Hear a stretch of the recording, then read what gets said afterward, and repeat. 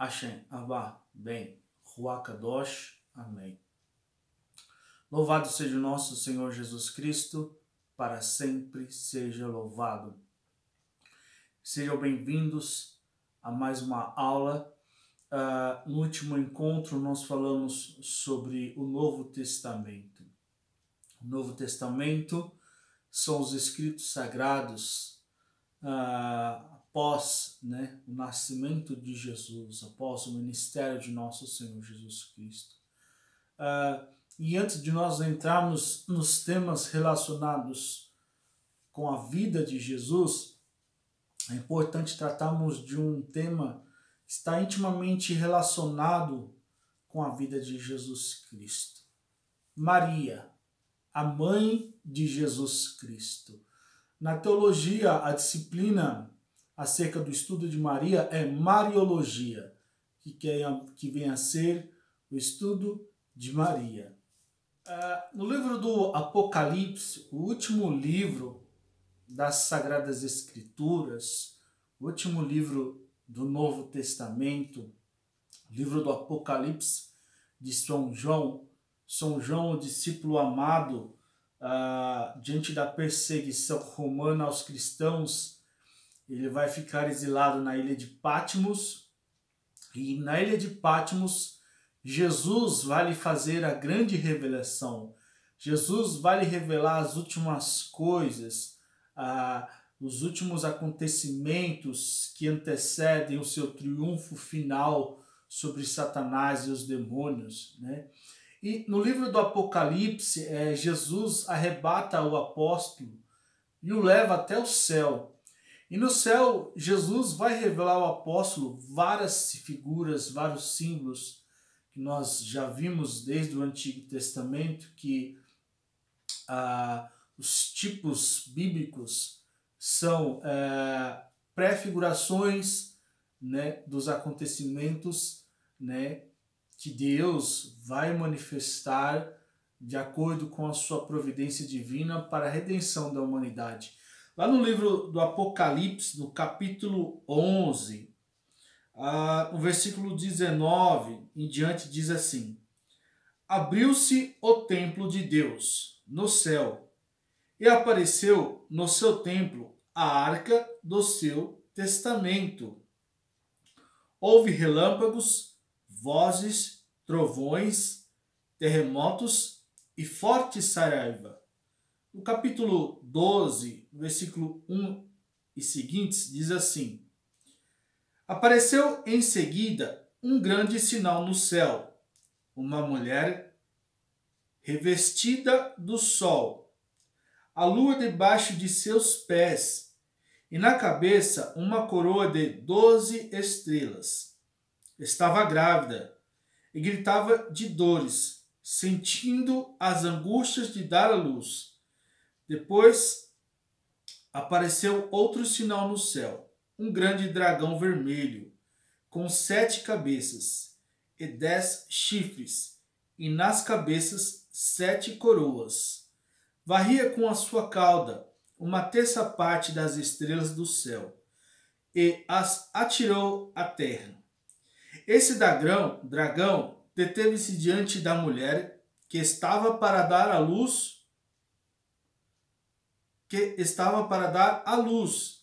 a fim de que, quando ela desse à luz, lhe devorasse o filho. Ela deu à luz um filho, um menino, aquele que deve reger todas as nações pagãs com cetro de ferro. Mas seu filho foi arrebatado para junto de Deus e do seu trono. A mulher fugiu então para o deserto, onde Deus lhe tinha preparado um retiro para aí ser sustentada por 1260 dias.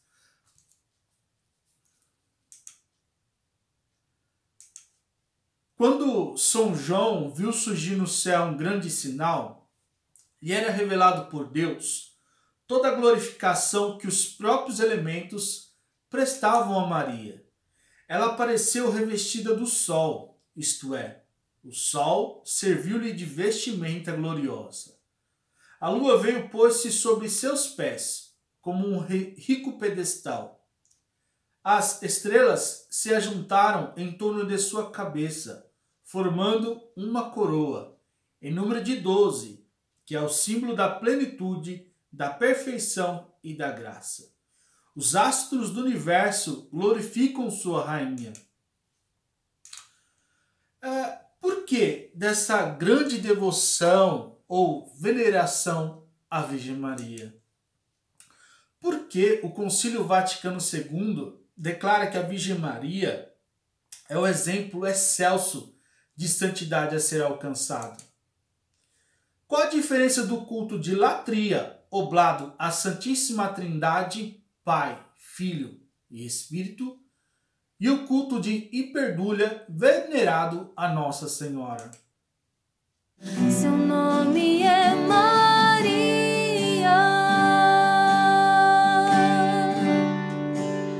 Seu nome é Maria.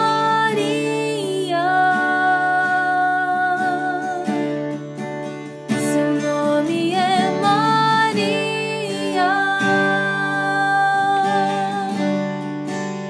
Seu nome é Maria.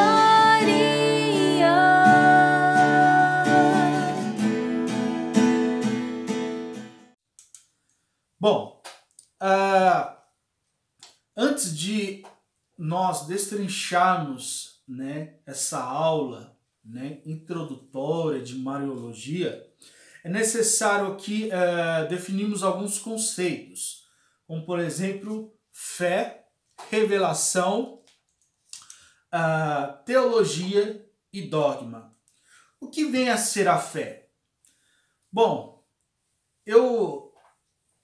sempre que eu dou palestra, eu pergunto para as pessoas: quem tem fé?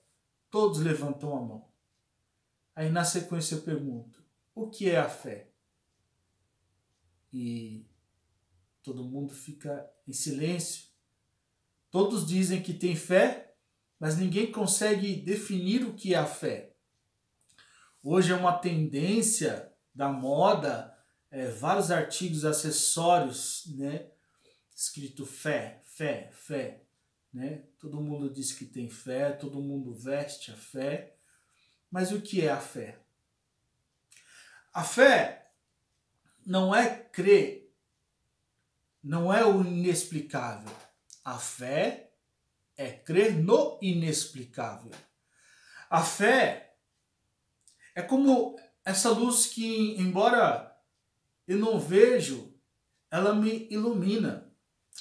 Voltando lá no princípio, na primeira aula sobre a criação, nós vimos no Gênesis que quando Deus fez o homem, o fez à sua imagem e semelhança, imago Dei. E um dos aspectos do homem, a imagem e semelhança de Deus, é que o homem é ser pensante, é racional, ele é facultado de inteligência, de intelecto, ele faz uso da razão. Quando ele pensa, ele é iluminado pela razão, E Deus, quando criou o universo, o homem, ele estava se revelando, manifestando a sua glória. E para que a glória de Deus fosse conhecida, Deus então vai, dentre todas as criaturas que existem, dotar uma delas de capacidade para conhecer a Deus através da criação. A carta aos Romanos, o apóstolo vai dizer que Deus, desde o princípio, se revelou através da criação do universo e do homem, e que a primeira via de acesso a Deus, a primeira via de conhecimento de Deus, é justamente a criação. Então, Deus, dentre todos os reinos, mineral, vegetal, reino animal, Deus dotou uma criatura, o homem, de inteligência, para que, se Deus está então na criação do universo do homem se manifestando, se revelando, é preciso que dessa criação uma criatura seja capaz de por via da própria criação conhecer Deus. E ao contemplar a criação, o universo, o homem, chegamos, né, a evidências da existência de Deus. Se esgotarmos, né, na metafísica a causa última de todas as realidades constituídas, vamos chegar à existência de Deus. O Catecismo da Igreja Católica nos ensina que o homem é capaz, com certeza, fazendo uso da razão, chegar a evidências da existência de Deus. Mas, além da via da razão, Deus nos deu uma outra via de acesso a Ele, de conhecimento a Ele, a via da fé.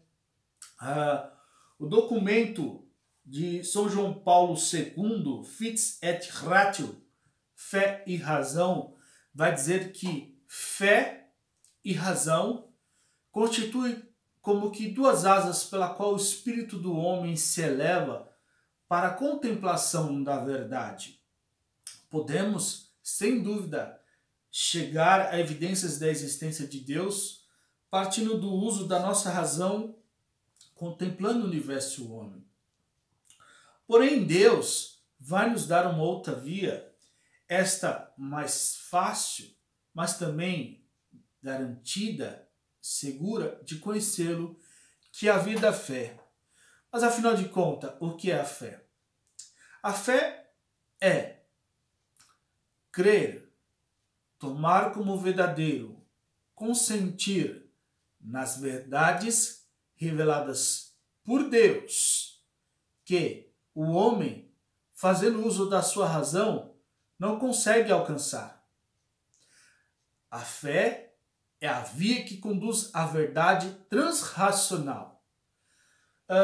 Podemos chegar a evidências da existência de Deus fazendo apenas uso da nossa razão. Mas existem verdades reveladas por Deus que o homem, apenas com o uso da razão, não é capaz de conceber, não é capaz de alcançar, não foi capaz de descobrir. Como, por exemplo, como conceber a ideia de uma mulher sendo virgem se torna mãe e sendo mãe continua virgem. É impossível explicar isso aos moldes da ciência, mas são verdades de fé reveladas por Deus. E quando nós acatamos, quando nós consentimos, quando nós damos crédito, quando nós tomamos por verdadeiro essas verdades, esse ato de consentir, de acatar, de tomar como verdadeiro, é o ato da fé. E quando tomamos as verdades reveladas por Deus como verdadeiras, há uma expansão da inteligência do homem, né? Santo Agostinho vai dizer que o primeiro passo é a fé. Eu creio para compreender e compreendo para crer. Teologia. O que é a teologia? Teologia é um termo que vem do grego tel, Deus, logia, estudo. Logo, teologia quer dizer estudo de Deus. E, em linhas gerais, a teologia é a fé em busca de compreensão, a fé em busca de entendimento. E o que é o dogma? O dogma são pontos de fé indiscutíveis. Mas mais à frente nós vamos tratar sobre esse assunto, sobre esse conceito do dogma. Causa e efeito. A santidade do filho é causa da santificação antecipada da mãe. Como o sol ilumina o céu antes dele mesmo aparecer no horizonte, diz Cardeal Swains. Então, existe a teoria de causa e efeito. Para todo efeito, existe uma causa. Tudo que se manifesta, todo o efeito que se manifesta, que se realiza, né? Para todo efeito existe uma causa, existe um motivo que gera este efeito. E a santidade do Filho, nosso Senhor Jesus Cristo, é a causa da santidade da mãe. Então, para que Jesus, o Cordeiro Imaculado, como João Batista nos apresenta, para que Jesus fosse o Cordeiro Imaculado que tira os pecados do mundo, se fazia necessário que ele visse de um ventre imaculado. Tem um jargão popular que diz filho de peixe, peixinho é. Se Jesus é o Cordeiro Imaculado, ele só poderia vir de um ventre imaculado. Jesus, ele é o sol da justiça prometido por Deus no Antigo Testamento, vaticinado pelos profetas. Ele é o sol da justiça que João vai dizer que ele é o sol que, vindo ao mundo, ilumina a todos os homens. E todas as manhãs, antes do sol despontar, antes do sol dissipar as trevas, antes do sol iluminar a todos, né? O sol ele nasce para todos. Antes do sol nascer, nós podemos já contemplar a aurora. A aurora é aqueles primeiros raios, é aquela primeira luz que vai surgindo no horizonte. O sol ainda não apareceu, o sol ainda não despontou, o sol ainda não brilhou, ele ainda não apareceu por completo, mas nós já podemos ver na aurora o brilho do astro que vem, né? Maria, ela é a aurora, né? Ela é os primeiros raios de luz que vai despontando e vai anunciando a chegada do sol da justiça, né? Então, nós vamos ver mais para frente, quando for falar sobre os dogmas marianos, os dogmas marianos são dogmas derivados, né? São dogmas que derivam dos dogmas cristocêntricos, cristológicos, dos dogmas acerca de Jesus. Toda a verdade que foi revelada por Deus acerca de Maria está intimamente relacionado a Jesus Cristo. E tocar nos dogmas marianos acaba condicionalmente tocando nos dogmas de Jesus. Se dizemos que Maria é pecadora, logo vamos dizer que Jesus veio de um ventre pecador. Se Jesus possuiu duas naturezas, uma humana e uma divina, que Jesus é verdadeiro Deus e verdadeiro homem, e a sua humanidade santíssima é toda herdada de Maria, se dizemos que Maria era pecadora, logo ela transmitiu à humanidade de Cristo o seu pecado. Então, aqui é um ponto central, tá, da nossa fé, tá? Um assunto um tanto polêmico, mas ao mesmo tempo fundamental e esclarecedor. Se a devoção à Virgem Santíssima nos afastasse de Jesus Cristo, seria preciso rejeitá-la como uma ilusão do demônio. Mas é tão contrário, como já fiz ver, esta devoção só nos é necessária para encontrar Jesus Cristo, amá-lo ternamente e fielmente servi-lo, diz São Luís Maria Guignon de Montfort, né? Ainda pegando a esteira de São Luís de Maria de Montfort, ele vai dizer que quanto mais o Espírito encontrar em uma alma a devoção à Virgem Maria, mais potente ele se torna para aí fazer gerar o Cristo.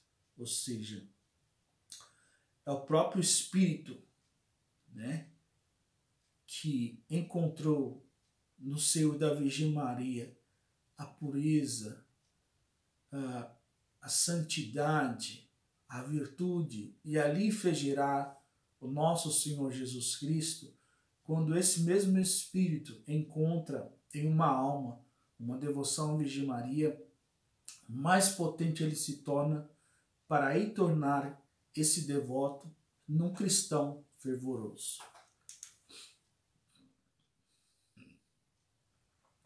Maria, a nova Eva. Já no princípio, quando nossos primeiros pais romperam com Deus pela soberba e desobediência, lançando toda a humanidade nas trevas, Deus misericordiosamente prometeu a salvação por meio de uma mulher. Então lá no livro do Gênesis, no capítulo 3, versículo 15, um versículo bastante conhecido e já muitas vezes mencionado aqui nas aulas, o proto-evangelho, Deus vai revelar o plano de redenção a partir da queda de nossos pais, Adão e Eva, a partir de uma mulher. Diz assim: porém ódio entre ti e a mulher, entre a tua descendência e a dela. Esta te ferirá a cabeça, e tu lhe ferirás o calcanhar. Se foi por meio de uma mulher, Eva, que a serpente infernal conseguiu fazer penetrar seu veneno mortal na humanidade, também seria por meio de outra mulher, Maria, a nova Eva, que Deus traria o remédio da salvação. Deus disse: foi por meio de Eva que entrou o pecado? Será também por meio de Maria, a nova Eva, que vai entrar a salvação. A desobediência entrou no mundo pelo sim de Eva, a serpente. A salvação vai entrar no mundo pelo meio do sim de Maria ao anjo Gabriel. Faça-se em mim segundo a sua vontade. O pecado entrou no mundo pela desobediência de Eva a Deus. A salvação vai entrar no mundo pela obediência de Maria a Deus. Eva é a porta de entrada do pecado do mundo. Maria é o portal de entrada da graça. Na plenitude dos tempos, diz o apóstolo, Deus enviou seu Filho ao mundo, nascido de uma mulher. Está lá em Gálatas capítulo 4, versículo 4. Vamos conferir. Mas quando veio a plenitude dos tempos, Deus enviou seu Filho, que nasceu de uma mulher e nasceu submetido a uma lei. No ponto central da história da salvação se dá um acontecimento ímpar, em que entra em cena a figura de uma mulher. Então, como eu disse nas últimas aulas, Deus preparou, o mundo, primeiro através da lei, dos profetas, depois, durante o silêncio profético, preparou o mundo geograficamente, culturalmente, socialmente, para receber Jesus Cristo.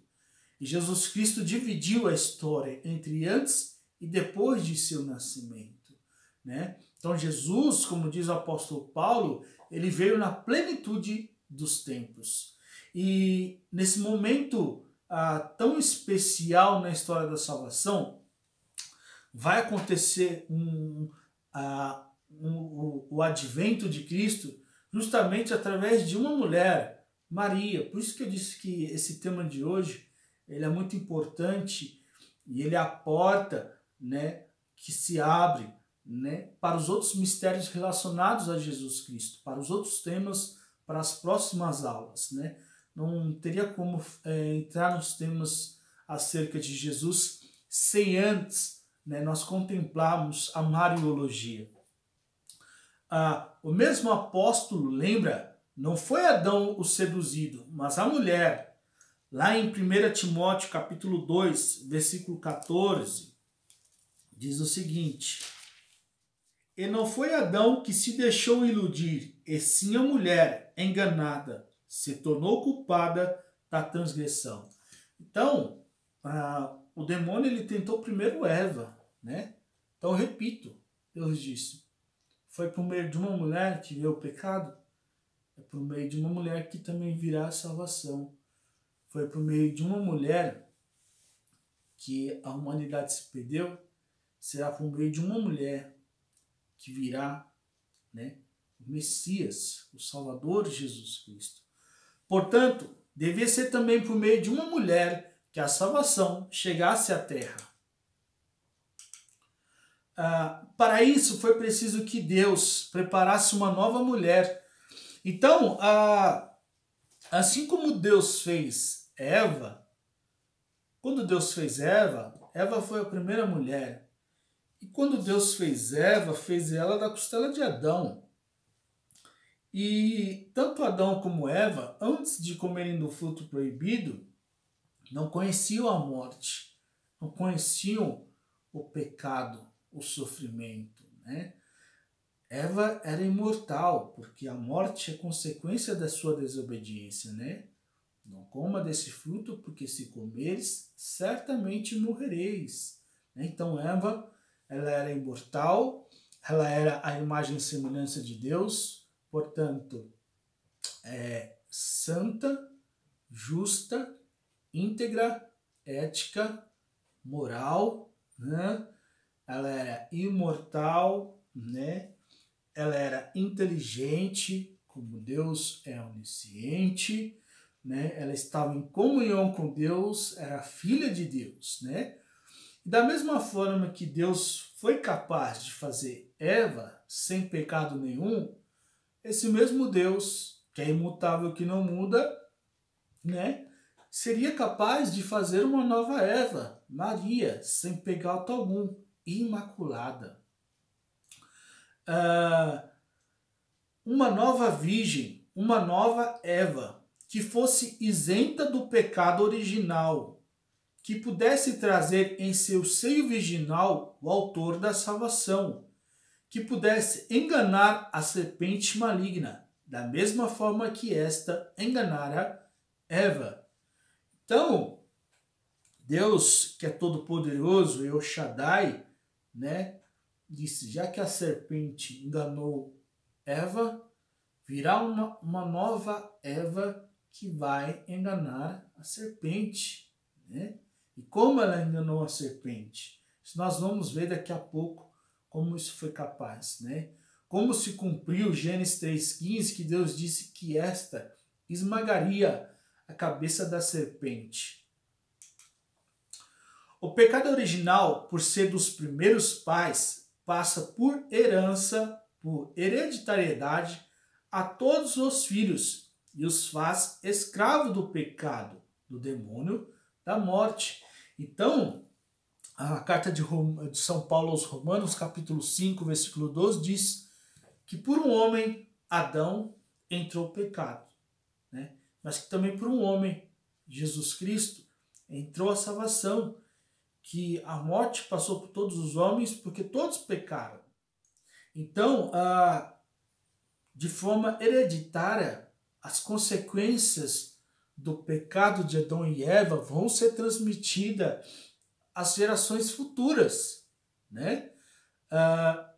Se Adão não tivesse pecado, ele teria transmitido à sua prole os dons preternaturais, a imortalidade, a santidade, a justiça, a filiação divina, o Éden, né? Mas como ele peca, ele perde tudo isso. Logo, vai herdar a sua prole, a sua descendência, as consequências, né? A imoralidade, a injustiça, a concupiscência, a mortalidade. Mas, se todos nós somos filhos de Adão e Eva, inclusive Maria, como que Maria não tem pecado? É o que nós vamos ver nessa aula de hoje. A palavra mulher redefine as relações de Maria, não somente com Jesus, mas também com todos os que têm fé. Quando Jesus deu sua mãe aos cuidados do discípulo amado, João, na realidade, a deu aos discípulos amados de todos os tempos. Então, lá no Evangelho de João, no capítulo 19, no versículo 25, registra um momento em que Jesus dá sua mãe ao discípulo amado como mãe deste. Junto à cruz de Jesus estavam de pé sua mãe, a irmã de sua mãe, Maria, mulher de Cleófas, e Maria Madalena.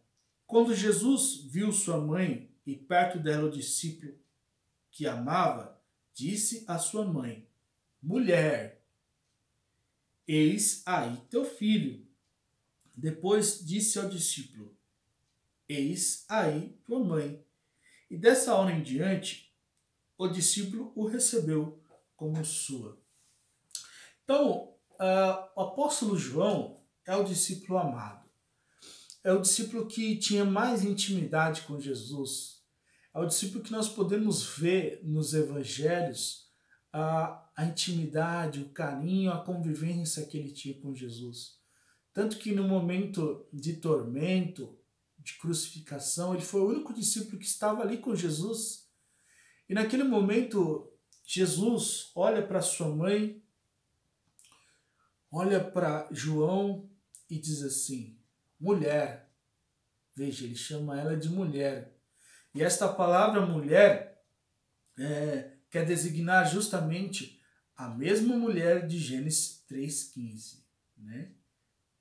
Colocarei ódio entre ti e a mulher, entre a tua descendência e a dela, né? Não significa necessariamente que mulher aqui se refere ao gênero feminino, a todas as mulheres, mas uma mulher específica, aquela nova Eva queria vencer a serpente, né? Então, quando Jesus aqui, né, ele não diz mãe, eis aí teu filho, ele diz mulher, eis aí teu filho, filho, eis aí tua mãe. E João era o discípulo mais amado de Jesus. Quando Jesus fez isso, ele está pendurado na cruz, ele está crucificado, ele já está coroado de espinhos, ele já está com o seu corpo todo chagado, ele já está todo ferido, derramado o teu sangue.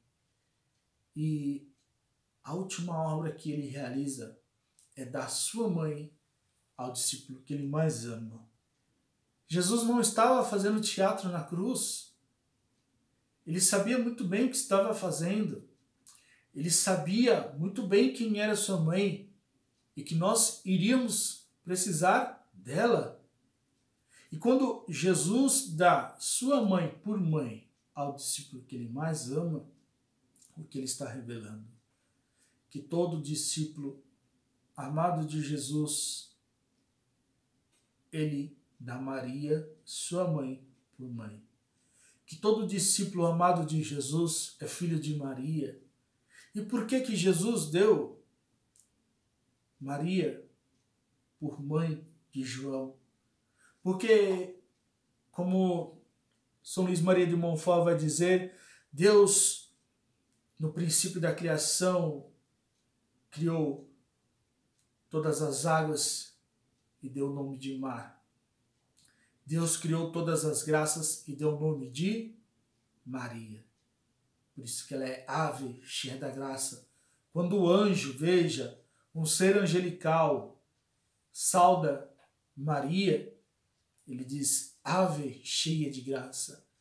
Em todos os 73 livros da Bíblia, você não vê nenhuma passagem, um anjo saudar um personagem da Bíblia dizendo ave cheia de graça. Muito pelo contrário, são os personagens que se ajoelham diante dos seres celestes, dos seres angelicais. Mas quando o anjo Gabriel ele vai até Maria anunciar que ela será a mãe do Messias, ele a sauda, ave cheia de graça, gratia plena. Como Eva aqui o livro do Gênesis 3:20 chama de mãe dos viventes. Maria é a mãe de todos os que têm uma nova vida pelo batismo.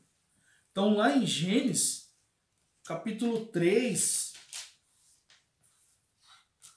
versículo 20, logo após o proto-evangelho, diz assim: Adão pôs à sua mulher o nome de Eva, porque ela era a mãe de todos os viventes. Então, Eva quer dizer mãe de todos os viventes. E Maria é a nova Eva, a mãe de todos aqueles que recebem uma nova vida nas águas do batismo. Maria é mãe de todos aqueles que recebem uma nova vida, a vida da graça, a vida abundante que Cristo nos prometeu. Logo em seguida, em Caná, a nova Eva inverte radicalmente a decisão fatal da primeira Eva, quando esta levou o primeiro Adão ao pecado no jardim do Éden. Lá no Evangelho de João, no capítulo 2, fala acerca das bodas de Caná da Galileia. 3 dias depois, celebravam-se bodas em Caná da Galileia, e achava-se ali a mãe de Jesus. Também foram convidados Jesus e os seus discípulos. Como viesse a faltar vinho, a mãe de Jesus disse-lhe: Eles já não têm vinho. Respondeu-lhe Jesus: Mulher, olha o mulher de novo. Isso compete a nós? Minha hora ainda não chegou. Disse então sua mãe aos serventes: Fazei tudo o que ele vos disser. Então, aqui, esse evangelho de João está narrando o primeiro milagre de Jesus: transformar água em vinho. O primeiro milagre de Jesus foi feito a pedido de sua mãe. E aqui mostra também a inversão. Eva levou Adão a cometer o primeiro pecado lá no Éden. Maria, a nova Eva, levou Jesus a realizar o primeiro milagre, transformando a água em vinho nas bodas em Caná da Galileia. Agora era a mulher que levava seu novo Adão para a sua primeira obra milagrosa. Jesus, ele é o novo Adão. Ora, o apóstolo Paulo disse: por um homem entrou o pecado no mundo, Adão, mas também por um homem, Jesus, entra a salvação. Jesus é o novo Adão. O que o primeiro Adão apostou e perdeu lá no Éden, Jesus comprou de volta a preço de sangue na cruz do Calvário. Jesus é o novo Adão. Quem é a nova Eva? Maria. E esse termo nova Eva, se referindo a Maria, ele é desde o tempo da patrística. Por volta do século IV, nós encontramos Justino de Roma, um filósofo judeu, e nos seus escritos nós vamos encontrar esse termo nova Eva se referindo a Maria. E é interessante que Justino de Roma, ele fez parte dos ciclos de discípulos do apóstolo João. O apóstolo João foi, dentre os 12 apóstolos, o que mais viveu. Ele morreu de velhice, né? Ele até sofreu martírio, mas Jesus o livrou do martírio. Ele foi o que mais viveu. E tanto é que o seu evangelho foi escrito no ano 90, final do século I, né? Quando ele sai da ilha de Patmos, ele retorna para Éfeso, né? Assume o episcopado em Éfeso, né?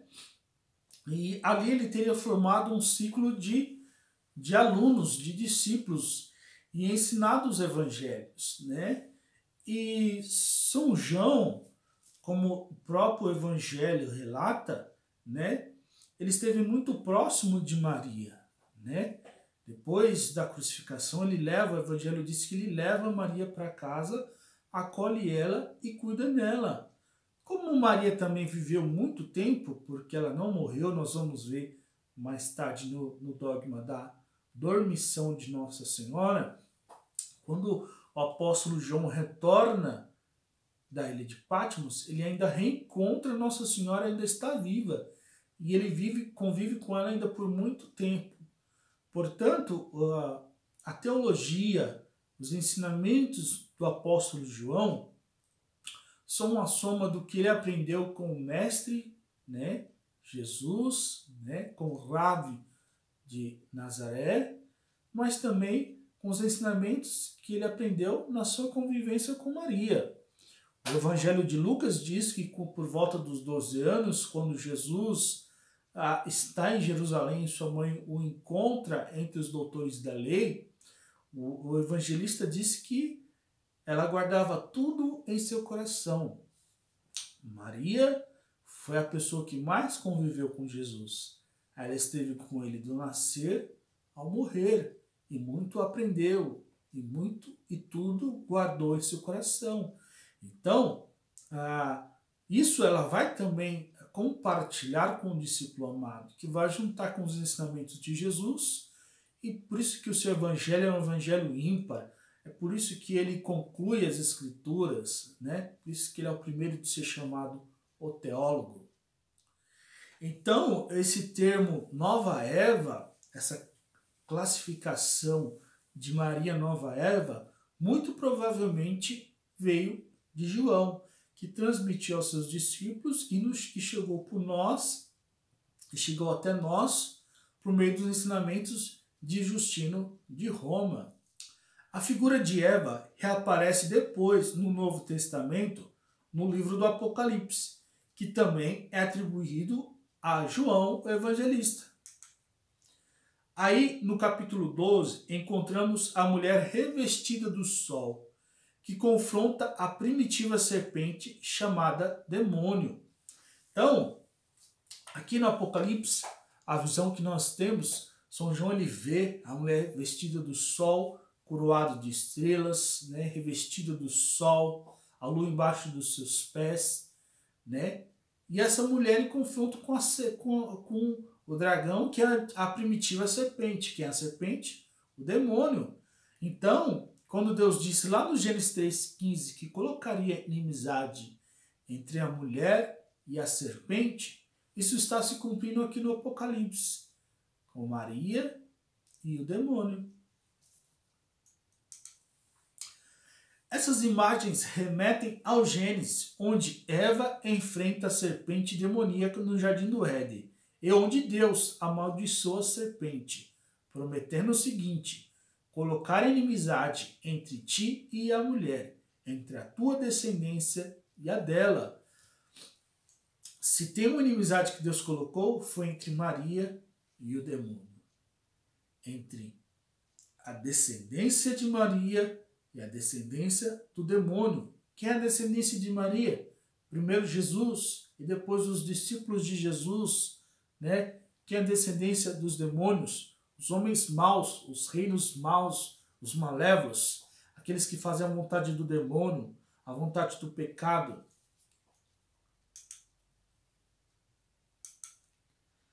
E ainda as imagens do Apocalipse apontam também para a nova Eva, a qual deu à luz um filho, um menino, que iria reger todas as nações.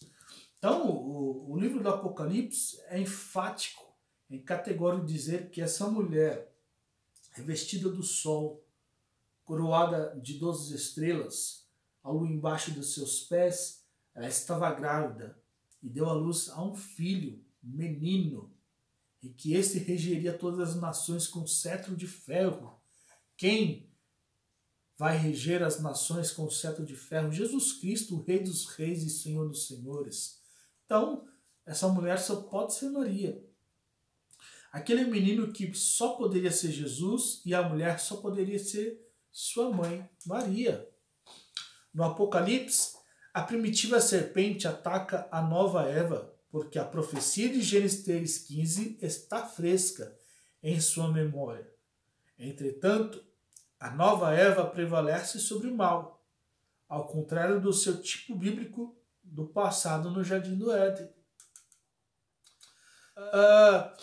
E como eu venho montando, construindo desde as primeiras aulas, né, que o Novo Testamento estava escondidinho no Antigo e que o Antigo Testamento foi esclarecido à luz do Novo Testamento e que, portanto, muitos dos personagens, símbolos e figuras do Antigo Testamento são tipo bíblicos, pré-figurações do Novo Testamento. E nós vamos ver em muitos personagens do Antigo Testamento tipos bíblicos, pré-figurações da Virgem Maria. Então, Maria no Antigo Testamento. Em Eva é o tipo bíblico, a pré-figuração mais forte, mais latente de Maria, a nova Eva. Nós vemos em Sara, a esposa de Abraão. Sara era estéril, não podia ter filho, e só deu à luz, né, de forma milagrosa, assim como Maria, que embora não era estéril, mas deu à luz por ação do Espírito Santo, foi concebido do Espírito Santo, ou seja, de um ato milagroso. Sara também é símbolo, né, das matriarcas, né, dos patriarcas, né? Ela é a mãe do povo de Israel, a matriarca do povo de Israel, né? Maria é mãe da igreja, né? A matriarca da igreja, é mãe dos cristãos, dos discípulos de Jesus. Nós vemos também em Ana, né, que também não podia ter filho e orou a Deus, e Deus deu a ela um filho, né, Samuel, e o que ela fez com Samuel? Ela consagrou Samuel para servir, e Samuel foi profeta, juiz e sacerdote. Para ele só faltou um título para se igualar ao Mashiach, ao Messias, que é rei, né? Mas só Jesus atribuiu esses 4 títulos: profeta, sacerdote, juiz e rei, né? Mas Samuel foi grande e ele foi consagrado por sua mãe para servir a Deus, assim como Maria, né? Desde que o anjo prometeu a ela que ela seria mãe do Salvador, ela consagrou Jesus, né, para servir a Deus, né? Esther, então nós vamos ver a história de Esther, né, que intercedeu junto ao rei pelo seu povo e concedeu o livramento, né, ao povo de Israel.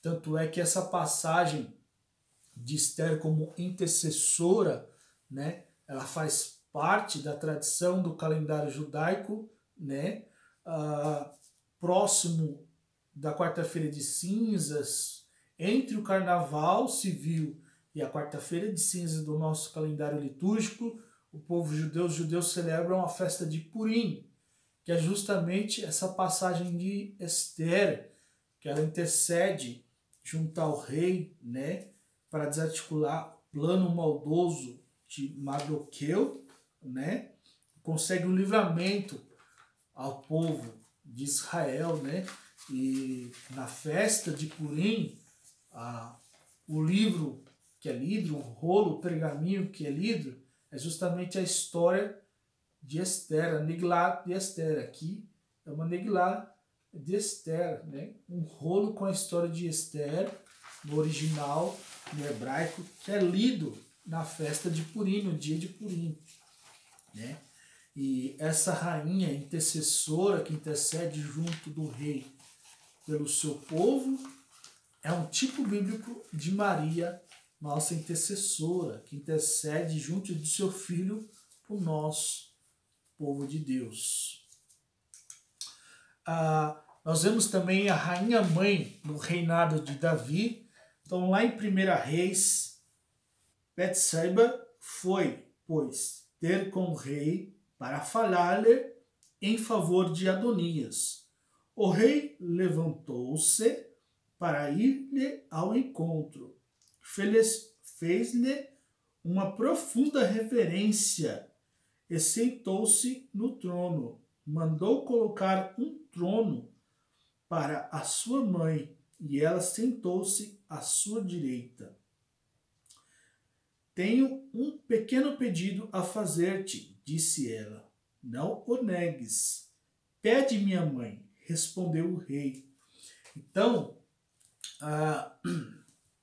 aqui, muito claro também, né? Salomão e sua mãe, Betsaiba, né? Ele se assenta no trono, coloca um trono ao lado para sua mãe reinar junto com ele. E aqui fica muito claro e evidente, né?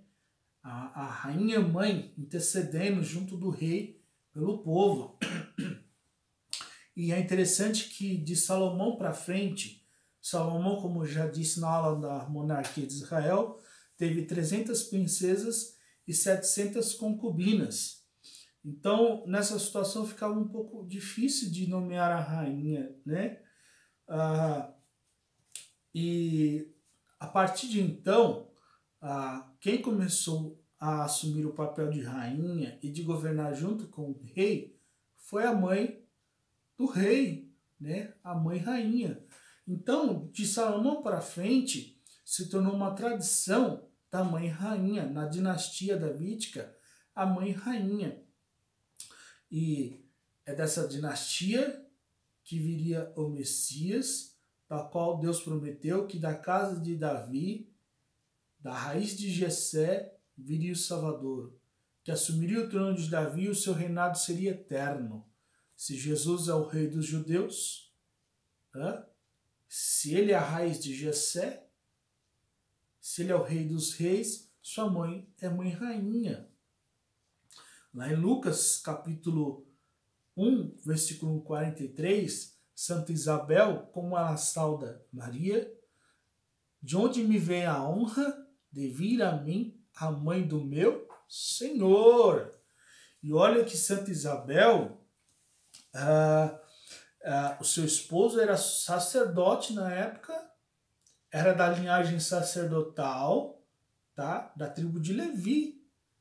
Então, o Senhor de Isabel é o Senhor de Israel, é o Eloheinu de Israel.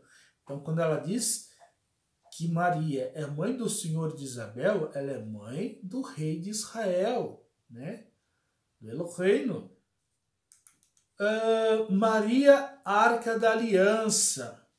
Assim como a Arca de Noé foi feita para suportar a antiga aliança, a Virgem Maria foi criada para suportar a nova aliança, diz o Scott Hahn. Então, a Arca da Aliança, a Arca de Noé, ela foi feita para suportar aquela aliança que Deus fez com Noé pós-dilúvio. Assim também, a Maria é a nova Arca da Aliança que foi feita para suportar essa nova aliança, né? E é interessante que quando João ele está lá em Apocalipse, vamos voltar lá no livro de Apocalipse, no capítulo 11, diz assim: abriu-se o templo de Deus no céu, e apareceu no seu templo a arca do seu testemunho. Houve relâmpagos, vozes, trovões, terremotos e forte saraiva. Então João ele está tendo a visão no Apocalipse, ele vê a Arca da Aliança, aquela arca que Deus mandou Moisés fazer depois que eles saíram do Egito, né? Deus manda construir o tabernáculo, né? O altar do sacrifício, o altar do incenso, o castiçal, né? E a Arca da Aliança. Vocês lembram da Arca da Aliança, né? Essa aqui. Lá em 2 Macabeus, nós vamos ver aqui, no capítulo 2, no momento em que chegou, descobriu uma vasta caverna, da qual mandou depositar a arca, o tabernáculo e o altar dos perfumes. Em seguida, tampou a entrada. Alguns daqueles que o haviam acompanhado voltaram para marcar o caminho com sinais, mas não o puderam achá-lo. Quando Jeremias soube, respondeu-os e disse-lhes que este lugar ficaria escondido até que Deus reunisse o seu povo e usasse com ele de misericórdia. Então revelará o Senhor o que ele encerra, e aparecerá a glória do Senhor como uma densa nuvem, semelhante à que apareceu no tempo de Moisés, e quando Salomão rezou para que o templo recebesse uma consagração magnífica. Então, aqui em 2 Macabeus, capítulo 2, relata que Jeremias ele manda o povo esconder o tabernáculo, o altar e a arca dentro de uma caverna, porque ele tinha medo que os pagãos, os reinos pagãos, levasse cativo, como aconteceu, né? Levasse o povo judeu cativo e tomasse como despojo os utensílios do tabernáculo e profanasse. Então ele manda esconder a arca dentro de uma caverna. E os homens tentaram marcar o local para que eles voltassem do cativeiro, eles reencontrassem os utensílios, né? Mas eles não encontram, né? E a arca sumiu e nunca mais ouviu falar da arca. Quando essa arca vai reaparecer? Na visão que João tem no Apocalipse. Repare que a Bíblia, quando ela foi escrita, todos os livros não tinha capítulo nem versículo, era um texto corrido. Tanto é que a Torá, até hoje, os rolos da Torá, até hoje ainda não possuem capítulos e versículos. É um texto corrido, né? Um padre que muito tempo depois resolveu colocar os capítulos, mais tarde outro colocou os versículos, para facilitar a leitura e encontrar as referências, os versículos, né? Mas os textos sempre foram corridos. Então, quando João está lá no Apocalipse, né, que ele vê a arca, vamos voltar lá no capítulo 11, versículo 19. Abriu-se o templo de Deus no céu, e apareceu no seu templo a arca do seu testamento. Então, João ele vê a arca reaparece. E na sequência dos fatos, olha só o que se dá. Apareceu em seguida um grande sinal no céu, uma mulher revestida do sol, a lua debaixo de seus pés, e na cabeça uma coroa de 12 estrelas. Estava grávida. Então, João, ele vê a arca, em seguida ele vê a mulher vestida do sol, coroada de estrelas, a lua embaixo dos seus pés. Nós vimos no começo da aula que essa mulher, a mulher do Apocalipse, é Maria, aquela que estava grávida e daria à luz a um filho, menino, que regeria todas as nações com os tetos de ferro. Então João vê a arca e vê Nossa Senhora. Por que ele tem essa visão? O que Jesus está revelando para ele? Qual a relação da Arca da Aliança com Maria, mãe de Jesus Cristo? Então, essa aqui é uma réplica da Arca da Aliança. Ok? Feita de madeira de acácia, coberta de ouro, né? Aqui, essa tampa se chama propiciatório, aqui os querubins, que o próprio Deus manda fazer, e era aqui, diante dos dois querubins, que Deus manifestava a sua Shekinah, a sua presença divina. E a arca, ela era chamada de Arca do Testemunho, né? Por quê? Dentro da arca, Deus manda guardar objetos que são provas testemunhos dos feitos de Deus ao povo de Israel. Então, o que Deus mandou guardar dentro da arca? A arca, ela guardava as 2 tábuas dos 10 mandamentos. Ou seja, ela guardava a palavra de Deus dentro da arca.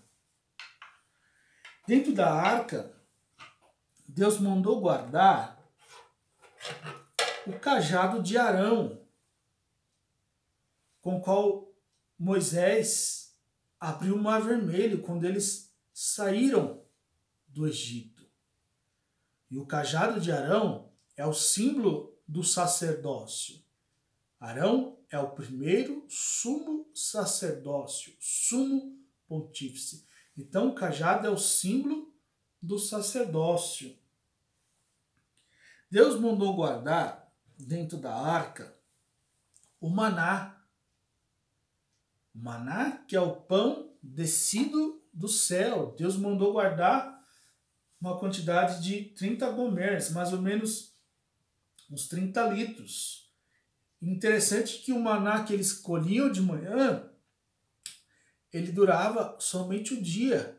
Se deixasse de um dia para o outro, ele perecia. Exceto a porção do Shabat. Na sexta-feira, Deus dava 2 porções. Uma para a sexta e a outra para o Shabat, para o 7º dia, para o sábado. E a porção do Shabat não estragava.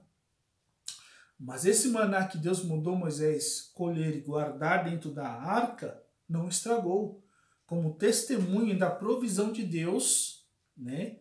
Quando o povo estava no deserto. O maná é o pão descido do céu. Então, a Arca da Aliança, agora aberta, o que ela guardava? Os 10 mandamentos, que é a palavra de Deus.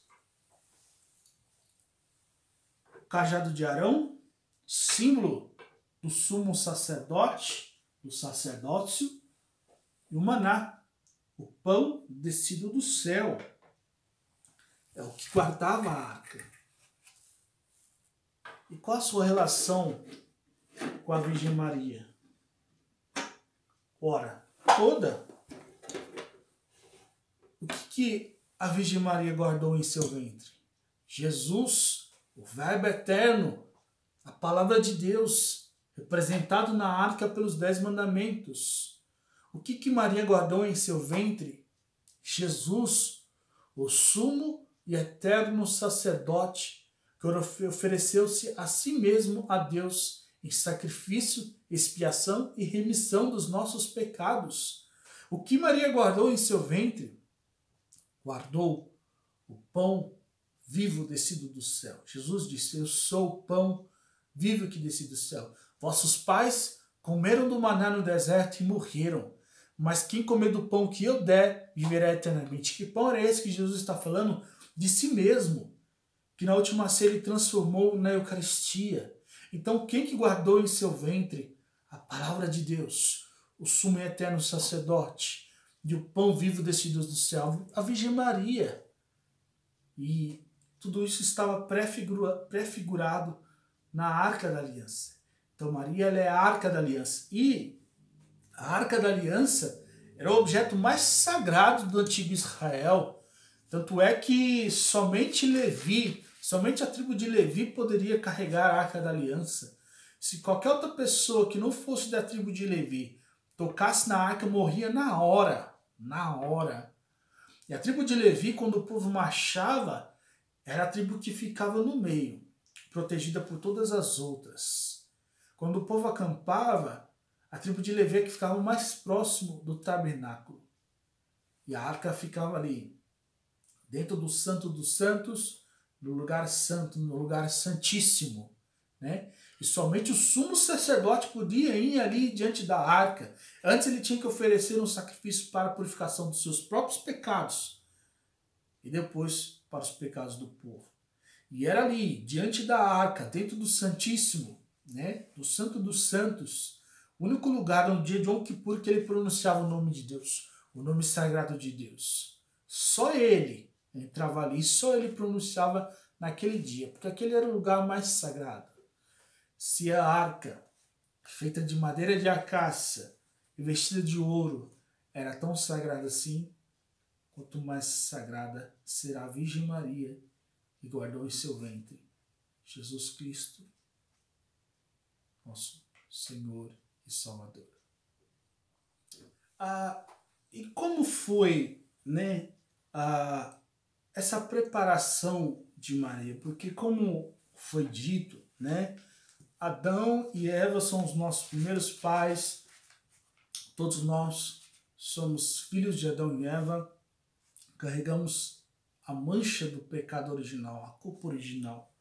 Como que Maria se isentou disso? Como que ela foi toda isenta da culpa de Adão e Eva, né?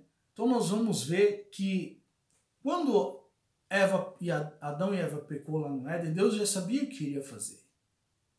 Deus já sabia que enviaria o Salvador através de uma mulher. Então, toda a trajetória do Antigo Testamento foi uma preparação para, na plenitude dos tempos, Deus enviar seu Filho. Então, toda essa trajetória foi uma preparação para Deus enviar a nova Eva, né? Maria não entra em cena assim, de uma hora para outra. Ela já era querida por Deus, prometida por Deus, desejada por Deus. E a sua providência aprove fazer ela imaculada para dela vir o Salvador, né? E a sua infância, quando ela nasce, exatamente no momento do ato conceptivo de Santa Ana e São Joaquim, os pais de Maria, os avós de Jesus, quando eles vão se relacionar no momento do ato conceptivo de Santa Ana e São Joaquim, eles tinham, né, a mancha do pecado original, embora, né, eram também da tribo de Judá, de linhagem sacerdotal, né, eles tinham o pecado original, né, mas no momento que eles vão conceber, Deus não permite que o pecado original seja transmitido à Virgem Maria, e Deus vai realizar isso através de uma graça antecipada, né, pelos métodos da paixão, morte e ressurreição. Nós vamos ver isso daqui a pouco no dogma da Imaculada, né? Deus é Redentor perfeitíssimo. Deus é o Todo-Poderoso, é o Shaddai. Ele é o Redentor perfeitíssimo, né? Mas para que Deus pudesse de maneira concreta realizar a redenção de uma maneira perfeitíssima, já que ele é o Redentor perfeitíssimo, pelo menos uma criatura, pelo menos um homem, né? Homem aqui eu digo não no gênero masculino, mas humano. Pelo menos um humano teria que ser redimido, resgatado por Deus de maneira perfeitíssima, ou seja, sem pecado algum. E esse foi a Virgem Maria, porque dela viria Jesus Cristo. E foi assim que Deus predestinou, foi assim que a providência de Deus determinou. Santo Agostinho vai dizer que, sendo nós, homens, indignos de receber o Salvador diretamente da mão de Deus, né? Nós éramos indignos de receber Jesus diretamente da mão de Deus. Deu-nos Deus, Jesus Cristo, por meio de Maria.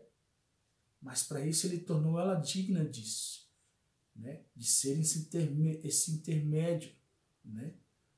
De ser toda pura, imaculada, através de uma graça antecipada que o próprio Cristo conquistou com sua paixão, morte e ressurreição. Jesus é o Redentor de todos os homens. Todos nós alcançamos a salvação por meio do sacrifício expiatório de Jesus Cristo, inclusive a Virgem Maria, né? Inclusive a Virgem Maria, né? Maria é imaculada, ela foi isenta da culpa original, do pecado original, pela redenção de Jesus Cristo, né? Embora ela conseguisse esses méritos antes de Jesus ter realizado o feito, né? Mas Jesus é Deus desde todos os tempos, né? Ele quis, ele pôde e ele fez. E não há quem possa fazer mudar isso, né? A infância de Maria. Então, Maria, da tribo de Judá, ela sempre teve uma prontidão em seguir a vocação a Deus. Ela foi consagrada a Deus. A tradição nos conta que Maria, logo cedo, quando ela tinha os seus por volta de 3 anos de idade, de maneira milagrosa, ela já fazia uso da razão. Pela psicologia, pela psiquiatria, pela neurociência, pela psicanálise, o ser humano só faz uso da razão a partir dos 6 anos de idade, né? Mas Maria, de uma maneira milagrosa, aos 3 anos de idade já fazia uso da razão. E conta a tradição que Maria, aos 3 anos de idade, subiu sozinha as escadarias, os degraus do templo, até o sacerdote para ser consagrada a Deus. Então, e Maria era uma judia que tinha uma vida de fervor, né? Cumpridora de todos os mandamentos da lei de Deus, servia no templo, né? Não o ofício sacerdotal, mas servia no zelo do templo, né? Então a sua infância toda foi consagrada a Deus, né? Ela não foi preparada a partir do momento que o anjo Gabriel aparece a ela. Toda a sua vida, no momento do ato conceptivo, Deus começa a purificar a humanidade, rompendo a transmissão do pecado original, já no ato conceptivo. Quando nasce, aos 3 anos já faz uso da razão. Na sua infância foi consagrada a Deus no templo. E viveu. Maria foi chamada por Deus para gerar Jesus ainda jovem. Ela era muito jovem. Quando já foi chamada, quando o anjo Gabriel anuncia a ela, ela é muito jovem. O casamento de José e Maria. Então, o fato saliente na vida do homem justo foi o seu casamento com Maria. A tradição nos conta que eram muitos os aspirantes à mão de Maria. Então, havia muitos judeus pretendentes para casar com Maria. Muitos queriam casar com ela. Só que assim, a gente precisa entender que a tradição judaica, a cultura judaica, é diferente da sociedade hoje em dia, que na maioria das vezes nem se casa, né? Vai morar junto os panos, como diz, amaziado, união estável. Nos judeus, não. Muito pelo contrário, né? As mulheres só vão se relacionar com seus maridos depois do casamento, enquanto isso são puras, são virgens, são castas, né? E uma mulher judia, dentro do judaísmo, né? Ela, quando ela é virtuosa, Eshet caiu, era de valor, como vai dizer Provérbios 30, 31, né? Ela é bem vista. Por quê? Porque na tradição é considerado judeu o homem que é nascido de uma judia. Então, os homens veem na tradição judaica a mulher como uma fonte de fazer crescer e perpetuar a religião judaica através da mulher. Porque é a mulher que gera filhos. E são os filhos que vão tornar numeroso a família, e o núcleo do judaísmo sempre foi a família judaica. E a mulher, ela é a sacerdotisa do lar, né? Tanto é que ela é isenta de muitas das mitzvots, justamente para se dedicar ao lar. Uma mulher que não dá filhos, que é estéril, ela não é bem vista, né? Ela não é bem vista. Já a mulher que tem muitos filhos no judaísmo, ela é bem vista, né? Então havia muitos homens pretendentes para se casar com a Virgem Maria. Não que ela tinha vários namorados, totalmente diferente da cultura de hoje em dia, tá? Naquela época não tinha o ficar. Até hoje no judaísmo não tem isso, né? A instituição família é muito levada a sério no judaísmo, principalmente nos tempos de Jesus, né? Então, todos os jovens pretendentes teriam deixado seus bastões para ter um sinal. Então, Isso aconteceu também no Antigo Testamento, né? Com relação ao sacerdócio, né? Sinais. Deus sempre deu sinais, né? Isso aconteceu lá nas ovelhas de Jacó, sinais, né? Então todos os jovens pretendentes deviam deixar o seu bastão e Deus iria dar um sinal, né? Ou seja, assim como Deus na história dos patriarcas, Isaac e Jacó, né? Quando Deus manda eles casarem, Deus manda escolher do povo de Deus, dos hebreus, e dá sinal, né? Para manter essa linhagem pura, santa, porque dela viria Jesus Cristo, né? E aqui no casamento de Maria também não foi diferente. Então todos os jovens pretendentes teriam deixado seus bastões para ter um sinal da parte de Deus. O sinal apareceu. O bastão de José prodigosamente floresceu. Todos reconheceram a preferência. Por isso que no ícone, na imagem de São José, geralmente ele está com um lírio, né? Que foi o sinal que Deus deu que ele seria o pretendente. Ele queria casar com Maria. Então percebe que tudo foi uma preparação. O matrimônio de José com Maria foi um verdadeiro matrimônio, embora virginal. Então José ele se casou, sim, de fato, com Maria, tá? Ambos se amaram, tá? E hoje em dia é um escândalo dizer que um homem pode conviver com uma mulher, amá-la sem sexo, né? As pessoas não conseguem entender isso. Mas é diferente daqueles tempos, é diferente de muitas culturas, né? Do povo que é temente a Deus, né? E mais, a concepção das pessoas está muito longe dos planos de Deus para da Maria vir o Salvador, né? Por isso que é a Sagrada Família, né? José conviveu com Maria, casou com Maria, Maria amou José, José amou Maria, e eles viveram um casamento sério, mas virginal, sem ter sexo. José entendeu que Maria ela era escolhida de Deus. José entendeu que ela era consagrada a Deus. José entendeu que a sua missão era cuidar de Maria e do menino Jesus.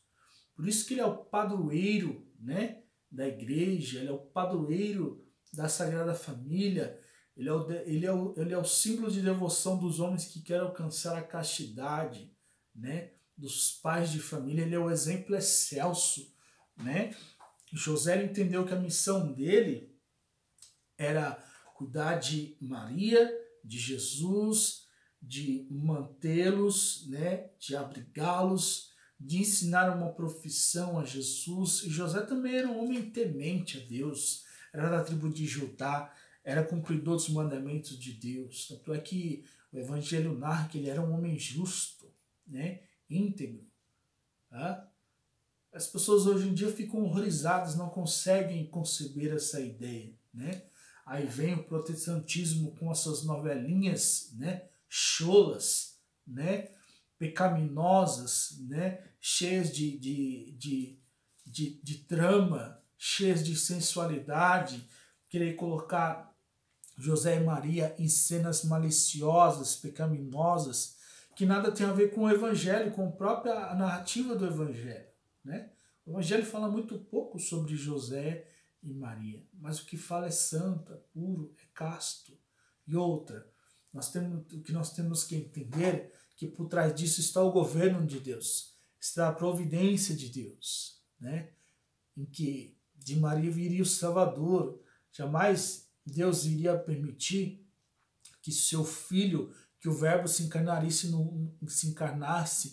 no seio de qualquer uma, de uma mulher que foi desonrada, né? Então, pera lá, né? Todo respeito, primeiro com Deus, com a providência de Deus, com Jesus Cristo, com a humanidade santíssima de Jesus Cristo e com a Virgem Maria. Então, agora eu vou falar sobre os dogmas marianos. Mas antes é necessário entender o que são dogmas, né? O magistério da igreja empenha plenamente a autoridade que recebeu de Cristo quando define dogmas, isto é, quando utilizando uma forma que obriga o povo cristão a uma adesão irrevogável de fé, propõe verdades contidas na revelação divina, ou verdades que com estas têm uma conexão necessária. Os dogmas são luzes no caminho de nossa fé, que o iluminam e o tornam seguro. Então, parágrafo 88 e 89 do Catecismo da Igreja Católica. Então, agora, para esclarecer o assunto do dogma, porque também é motivo de polêmica, de escandalização para muitos, não, mas como que a igreja pode me obrigar a acreditar no dogma? Se você é cristão, se você professa a fé católica, né, a única que tem as credenciais divinas e que Jesus deu autoridade, de nada adiantaria Jesus Cristo ter deixado os evangelhos à igreja se deixassem eles sob o risco de errarem na interpretação do ensinamento.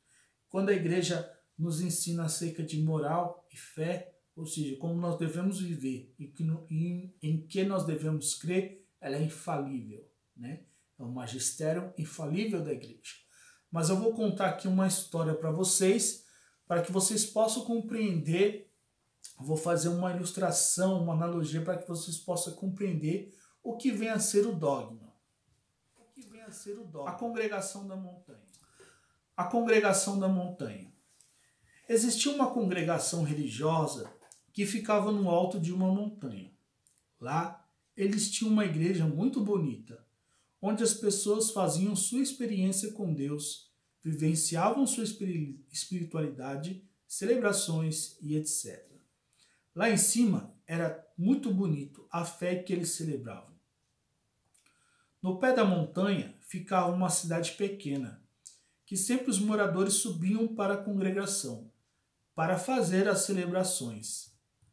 Ao longo do tempo, aquela congregação foi ficando mais fraca, pois não tinha tantas vocações mais e etc.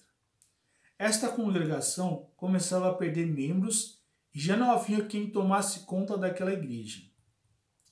Faleceu o último dos monges e o tempo foi passando. A natureza foi tomando conta do imóvel, a igreja foi ficando fechada e abandonada. Anos depois, um morador da cidade, no pé da montanha, numa roda de prosa, disse: "Vocês se lembram que nossos avós falavam que existia uma igreja lá no alto de uma montanha? E que eles celebravam a fé e tudo era muito bonito? É verdade, meu avô falava isso também. Vamos atrás dessa igreja?" Então, juntam-se um grupo de pessoas para tentar encontrar aquela igreja no alto da montanha. Embrenhados na mata, passam pelas adversidades e perigos da floresta, até que conseguem chegar no topo da montanha. Lá, encontram a igreja. Quebram a fechadura e entram na igreja. Estava bem empoeirada, porém muito bonita. Descem a montanha e vão contar a descoberta para os outros moradores da cidade. "Encontramos!" Todos ficam curiosos e querem ir ver e restaurar aquela linda igreja. Se embrenham novamente na mata. Alguns começam a reclamar: "Gente, está muito difícil de chegar. Vamos abrir uma trilha." Então vem alguém com um facão e abre uma trilha no meio da mata. "Puxa, melhorou." Aí vem outro e diz: "Eu acho que ainda está muito perigosa essa trilha. Tem muito barro pelo caminho. Sabe o que podemos fazer? Podemos levar cascalho e pedra para solidificar a trilha. Assim vai ficar mais fácil de subir." Aí vem outro e diz: "Cascalho e pedra? Acho meio complicado. Aliás, esse caminho que estamos fazendo é longo. O melhor seria nós virássemos para cá, pois a subida é menos íngreme e dá para subir melhor pelo outro lado. Então, abre-se um caminho aqui e vai por este. Aí vem outro e diz: vamos fazer um calçamento melhor? Vamos colocar cimento, outra coisa. Isto, beleza. Vamos colocar também um corrimão. Aí veio outro e disse: dá para fazer uma estrada para subir de carro. Aí veio outro e disse: puxa, vamos construir um teleférico. É melhor ainda. Moral da história. O que é o dogma? O dogma não é o fim. O dogma é o caminho para melhorar a nossa experiência, para sabermos por onde ir. Dogmas são aquelas afirmações que vão formando as estradinhas que nós pegamos. A Mariologia, ou seja, Maria mais logia, do grego estudo, é uma disciplina dogmática. Existem afirmações sobre Maria que são dogmáticas, ou seja, são estradinhas que nos conduz a um grau elevado de verdades reveladas por Deus. Não é mais necessário garimpar para tentar construir uma base. Já temos, e são os dogmas. Subra no ombro do gigante, o dogma, enxergue mais longe. Então, o dogma é isso, né? São essas estradas que a igreja, ao longo de seus 2000 anos, né, foi abrindo para facilitar o nosso caminho de busca no conhecimento de Deus, de compreensão da nossa fé. E a partir do momento que a igreja decreta um dogma, isso nunca mais vai mudar, né? Só que antes de decretar um dogma, a igreja vai estudar muito as Sagradas Escrituras, vai estudar a tradição, né? Vai orar muito, né? Até que Deus possa revelar essa verdade transracional, que está acima da nossa capacidade racional de conhecer, de conceber. São verdades que a ciência jamais vai alcançar, que somente pela fé. Mas não significa que é uma fé cega, né? Não é o inexplicável, é a fé no inexplicável. Embora, mesmo no dogma, é possível encontrar elementos de verdade, elementos racionais da verdade revelada. É possível encontrar no dogmas a possibilidade da verdade revelada. Então, os dogmas sobre a Virgem Maria são dogmas derivados dos dogmas cristológicos, derivados dos dogmas sobre Jesus Cristo e Deus. Dogma da Imaculada Conceição de Maria, o dogma da maternidade divina, dogma da virgindade perpétua de Maria, dogma da Assunção de Maria. Então, os dogmas marianos são quatro. São 4 dogmas marianos. Dogma da Imaculada. Esse termo Imaculada vem de sem mácula. Mácula quer dizer mancha, ou seja, Maria é Imaculada, sem mácula, sem mancha, sem pecado, pura, né? Então, Lucas capítulo 1, versículo 26 ao 38, né? O anjo a sauda: Ave, cheia da graça, né? E olha que essa saudação, ela se dá antes de Maria dar à luz a Jesus Cristo. Quando o anjo a sauda, Ave, cheia de graça, ela ainda não havia dado à luz a Jesus Cristo. O Espírito, a sombra do Altíssimo, ainda não havia vindo sobre ela e gerado em seu ventre Jesus. Mas ela já era cheia da graça. Por quê? Por uma graça antecipada de nosso Senhor Jesus Cristo, que pelos méritos da sua paixão, morte e ressurreição, já havia a isentado de toda a culpa, de toda a mancha do pecado de Adão e Eva, né? Maria é a única criatura que não teve pecado nenhum. Por que eu digo a única criatura? Porque Jesus não é criatura. Jesus é Deus, né? Ele não foi criado, é consubstancial ao Pai. Tá? Fora isso, todos nós somos criaturas, né? Exceto Deus, que não é criado, né? É incriado, é criador, não é criatura. E Jesus é Deus, portanto ele não foi criado, né? Ele existe com o Pai antes de todos os séculos. Quanto convinha às três pessoas divinas preservar Maria da culpa original?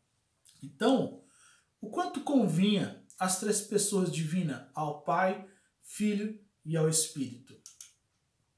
Convinha ao Pai eterno isentar da culpa original Maria, porque esse era o seu plano de redenção da humanidade, que ele já havia prometido lá em Gênesis 3,15. Convinha a Deus Filho Jesus Cristo preservar da culpa Maria como sua mãe. Qual é o quarto mandamento? Honrar pai e mãe. Quem escreveu esse mandamento? Deus. Jesus é Deus. Logo, ele escreveu esse mandamento. Portanto, ele não vai quebrar esse mandamento, ele vai cumprir, honrando a sua mãe, isentando de toda a culpa. Né? Quem, podendo nascer de uma rainha, escolheria nascer de uma pecadora? Sendo-lhe Maria esposa, convia ao Espírito Santo preservá-la da mancha original. Porque Maria ela é esposa do Espírito Santo. Porque foi o Espírito Santo que a desposou, que a gerou nela, né, Jesus Cristo. E aqui o desposar não significa conceber no ato conceptivo sexual, mas é aqui de realizar, de gerar no ventre dela, fazer o verbo se encarnar, né? Então, ela é esposa do Espírito Santo. Nós decretamos e definimos que a doutrina segundo a qual, por uma graça especial e um privilégio de Deus Todo-Poderoso, em virtude dos méritos de Jesus Cristo, Salvador do gênero humano, a bem-aventurada Virgem Maria foi preservada de toda a mancha do pecado original no primeiro instante de sua conceição. Foi revelada por Deus e deve, por conseguinte, ser crida fielmente, constantemente por todos os fiéis. Então, essa é a bula do Papa Pio X, em 8 de dezembro de 1854, quando ele decretou o dogma da Imaculada Conceição. O nome do decreto é Inefabilis Deus, Deus infalível. Maria, Mãe de Deus, Theotokos. Esse é o segundo dogma, né, da Virgem Maria. O primeiro, Imaculada, sem pecado. Bendita és tu entre as mulheres, e bendito é o fruto de teu ventre. De onde me vem a honra de vir a mim, a mãe do meu Senhor? Então, quando Santa Isabel saúda a Virgem Maria, como ela sauda, de onde vir a mim, de onde me vem a honra de vir a mim, a mãe do meu Senhor? E quem é o Senhor de Santa Isabel? É o Senhor de Israel, né? É o Melech Olam, o Rei do Universo, né? É o Todo-Poderoso, é o Shaddai. E esse dogma da maternidade divina, esse termo Theotokos, do grego, quer dizer Mãe de Deus, é do século IV. Veja, eu estou falando do século IV, Mãe de Deus. Né? Maria é verdadeiramente Mãe de Cristo, que é verdadeiro Filho de Deus. Concílio de Éfeso, tá? Século V, no ano 431. E aqui é uma questão de lógica. Tá? Maria, Mãe de Jesus, é Mãe de Jesus. Jesus é Deus? Jesus é Deus. Logo, Maria, Mãe de Deus. É uma questão de lógica. Isso já foi decretado lá no século V, no ano 431, no Concílio de Éfeso. Assim, estava debelada para sempre a perigosa heresia que queria ver em Jesus duas pessoas, uma humana e outra divina, sendo Maria apenas mãe desta última. Não, disse o Concílio de Éfeso. Maria é Theotokos, Deus, Tokos, mãe, mãe de Deus. Né? Então, um certo herege se levanta no meio da igreja, marcianismo, e vai dizer, pode Deus ter uma mãe? Né? E aí a igreja vai discutir no Concílio de Éfeso essa questão, né, da maternidade divina, né? E Marcião ele queria separar as duas naturezas de Jesus, humana e divina, e que Maria, portanto, seria a mãe apenas do Jesus humano. Mas Jesus, na sua totalidade, é humano e divino e é inseparável, né? A minha mãe não é mãe só do Anderson corpo, é mãe do Anderson alma também. O Anderson é constituído de corpo e alma. É uma unidade, corpo e alma. Jesus é uma unidade, corpo e alma, né? Se Maria gerou em seu ventre, se o seu DNA deu origem ao DNA de Jesus, humano, né? É desse corpo também que está unida a sua alma divina, né? E Maria é mãe dos dois, né? E certa vez, e esse é um dogma que muitos acabam tocando na natureza divina de Jesus, justamente por não querer reconhecer esse dogma. Muitos querem desassociar a natureza humana de Jesus da divindade de Jesus, dizendo que Maria é apenas mãe do Jesus humano, né? Mas aí você separa Jesus, né? Jesus, então, enquanto homem não era Deus, o que ele disse para Filipe? Filipe disse, Jesus, mostra-nos o Pai. Qual era a resposta do Rav de Jerusalém? Eu e o Pai somos um. Eu e o Pai somos um. Quem me vê, vê o Pai, né? Que mata, né? E já entrei em muitas discussões com isso, pessoas que, para não reconhecer que Maria é mãe de Deus, falaram até que a mãe deles era a mãe só do corpo, não era a mãe da alma. Eu dei foi muita risada. Então quer dizer que sua mãe é só do seu corpo, não é mãe da sua alma? Ah, para, vai se converter, vai ler Bíblia, vai orar, vai jejuar para Deus te libertar dessa ignorância, dessa soberba, dessa heresia, desse espírito herege de Marcião. Virgem perpétua. Então, primeiro dogma, imaculada. Segundo dogma, mãe de Deus. Terceiro dogma, virgem perpétua. Por isto o Senhor vos dará um sinal. Uma virgem conceberá e dará à luz um filho, e o chamará Deus conosco. Isso foi vaticinado no século 7 a.C., com Isaías, capítulo 7, versículo 14, e se cumpriu em Mateus, capítulo 1, versículo 18 a 23. Emmanuel, Deus conosco. E eis que a Virgem conceberá e dará à luz um filho.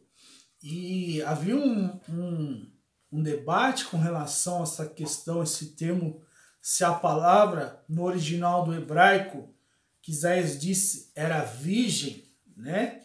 Ou era pura, né? E os achados de Qumran, os rolos do Mar Morto, né? Que eram datados 2000 anos antes, né?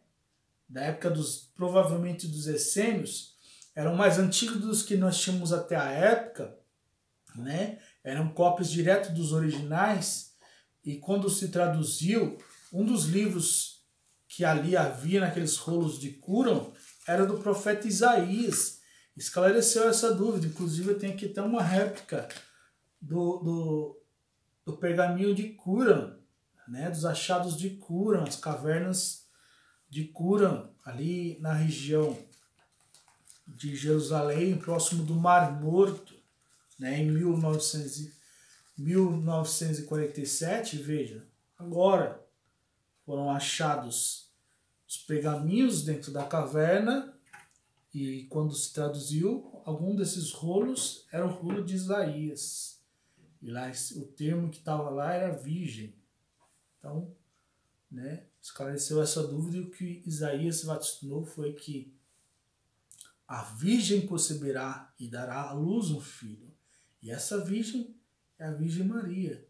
Agora, como Maria, sendo virgem, consegue dar à luz? Para a ciência fala, não, É impossível uma mulher sendo virgem dar à luz. Hoje pode até ser que os métodos, né, conceptivos, né, de in vitro, tal, que eles chamam de mãe de proveito, essas coisas, até possível pegar uma virgem e colocar, né, no seu útero, né, espermatozoide que foi conservado em laboratório, né, e ela sendo virgem, ficar grávida, né? Mas naquele tempo não tinha isso, né? Naquele tempo não tinha isso, né? Então um dos dogmas, o terceiro dogma é a virgindade perpétua. E o dogma da virgindade perpétua diz assim: a bem-aventurada Virgem Maria foi verdadeira mãe de Deus e guardou sempre íntegra a virgindade antes do parto, no parto e constantemente depois do parto. Isso foi decretado pelo Papa Paulo IV, né, em 7 de agosto de 1555. Né? Então esse dogma decreta que Maria foi virgem antes, durante e depois. Né? Antes, porque ela não teve relação sexual com São José. Durante o parto, porque quando o Espírito gerou nela, Jesus, ela que era santa se tornou mais santa ainda. Mas contemple aí o grau de santidade em que Maria alcançou quando o Espírito Santo, quando a sombra do Altíssimo veio sobre ela e gerou no seio dela Jesus Cristo. O grau de santidade que foi manifesto e que ela alcançou ali naquele momento. Ela já era pura. Naquele momento se tornou mais pura ainda. E quando deu a luz a Jesus, se tornou mais pura e conservou essa pureza. Maria, ela entendeu que a sua missão era ser mãe do Salvador, né? Era dar a luz a Jesus, né? Ela entendeu que a sua felicidade, a razão da sua existência, a sua vocação era ser mãe de Jesus Cristo, embora casada, constituir família. Então ela se preservou, se guardou toda pura, né? Antes, durante e depois. E alguns querem distorcer as escrituras e apresentar algumas passagens como que citando que Maria teve outros filhos, mas a tradição judaica, tanto nos tempos bíblicos, desde os clãs das tribos, né, naquele tempo, era assim: a antropologia teológica do Antigo Testamento ocorria da seguinte forma: nas 12 tribos, as casas tinham um número de 50 membros em cada casa. Passadas 50, se formava um novo clã. Clã é um grupo de 50 membros de uma família, né? O pai desse clã é o homem mais velho, o ancião. Então, o mais velho é o pai desse clã, dessa casa de 50. Embora os 50 membros desse clã não sejam filhos biológicos dele. Ele leva o nome de pai, de patriarca, de ancião, porque essa é a tradição, é a antropologia teológica da época.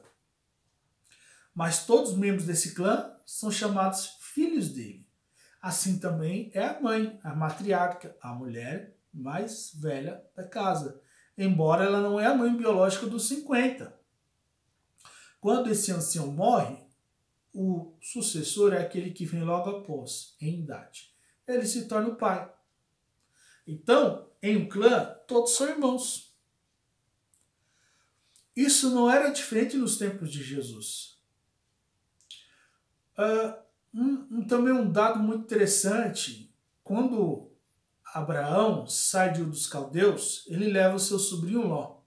E algumas passagens vão citar que Ló é irmão de Abraão, né? Mas Ló não é irmão de Abraão, né? É muito claro que ele é sobrinho, até fala que o pai de Ló é irmão de Abraão, né? Então, aqui fica evidente que na tradição, na antropologia teológica judaica, né, todos os membros da família são considerados filhos, irmãos, né? Assim como é hoje em dia nas comunidades judaicas e nas comunidades cristãs.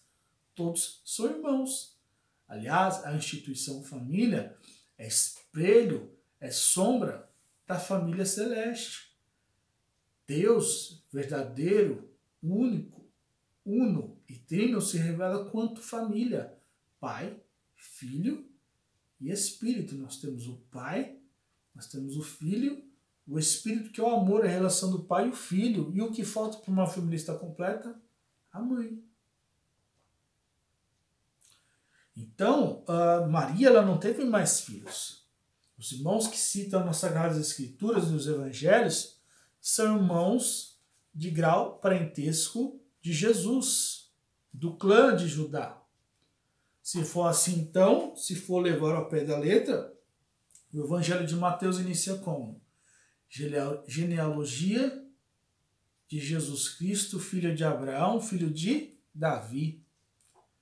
Abraão é filho biológico. Jesus é filho biológico de Abraão? Jesus é filho biológico de Davi? É evidente que não, são personagens que vieram muito anterior a Jesus. Né? Mas de Abraão vem as 12 tribos, uma delas Judá. De Judá vem Davi, de Davi, sua descendência, vem Jesus. Então Maria, virgem, antes, durante e depois. Dormição de Nossa Senhora. Então a Escritura diz que o justo não verá corrupção da terra. Jesus, aqui agora uma significação teológica minha, Jesus, depois que ele ressuscita, passa 40 dias com os apóstolos e ascende para o céu. Jesus ficou com saudade da sua mãe. E como eu disse na aula da monarquia de Israel, seu reinado não era terreno, seu reinado é celeste. Portanto, o seu trono de glória, que o apóstolo Paulo vai dizer na carta aos Filipenses, que sendo Deus, se fez homem, que deixou o seu trono lá no céu para subir na cruz, para nos redimir na cruz do Calvário. Mas quando ele ascende, ele volta para o seu trono, para reinar, e o seu reino é eterno, mas o seu reino é celeste. E se todos os reis da dinastia davídica reinaram ao lado de sua mãe, Jesus, quando assume de volta o seu trono no céu, ele leva a sua mãe, a mãe rainha, para reinar ao lado dele no céu. E assim se deu a dormição de Nossa Senhora. Quarto dogma, a Assunção de Nossa Senhora. Nossa Senhora foi levada ao céu de corpo e alma após sua morte. Maria não morreu de doença biológica, tá? Nenhum tipo de doença, tá? Mas simplesmente ela adormeceu e foi levada. Ela não ascendeu como Jesus, porque Jesus subiu de volta para o céu por seu próprio poder. Maria não, ela não é Deus, ela foi levada pelos anjos, corpo e alma, ao céu. Né? Isso a tradição chama de dormição. Nossa Senhora foi levada ao céu de corpo e alma após sua morte, que a igreja desde os primeiros séculos chama de dormição, isto é, a morte de Maria, e foi como um suave sono.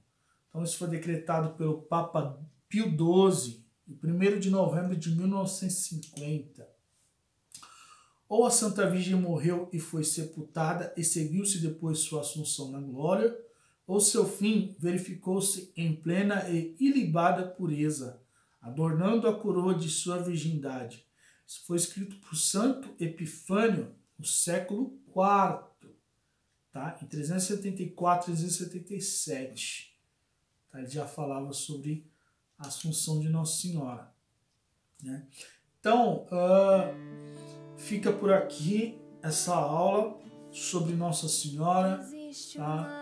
Mais para frente nós vamos ver alguns assuntos correlacionados à Mariologia, como as 7 dores de Nossa Senhora, os títulos de Nossa Senhora, as imagens de Nossa Senhora, mas tudo isso por hora nos vale para nós entrarmos agora nos próximos temas relacionados a Jesus Cristo, né? Entendendo que aquele que que era o esperado das nações, o desejado das multidões, aquele prometido por Deus na lei dos profetas. A plenitude dos tempos se fez carne e habitou entre nós, mas ele veio de uma carne imaculada, por isso ele é o Cordeiro Imaculado. Vamos continuar crescendo na graça e no conhecimento. Não deixe de deixar o seu like.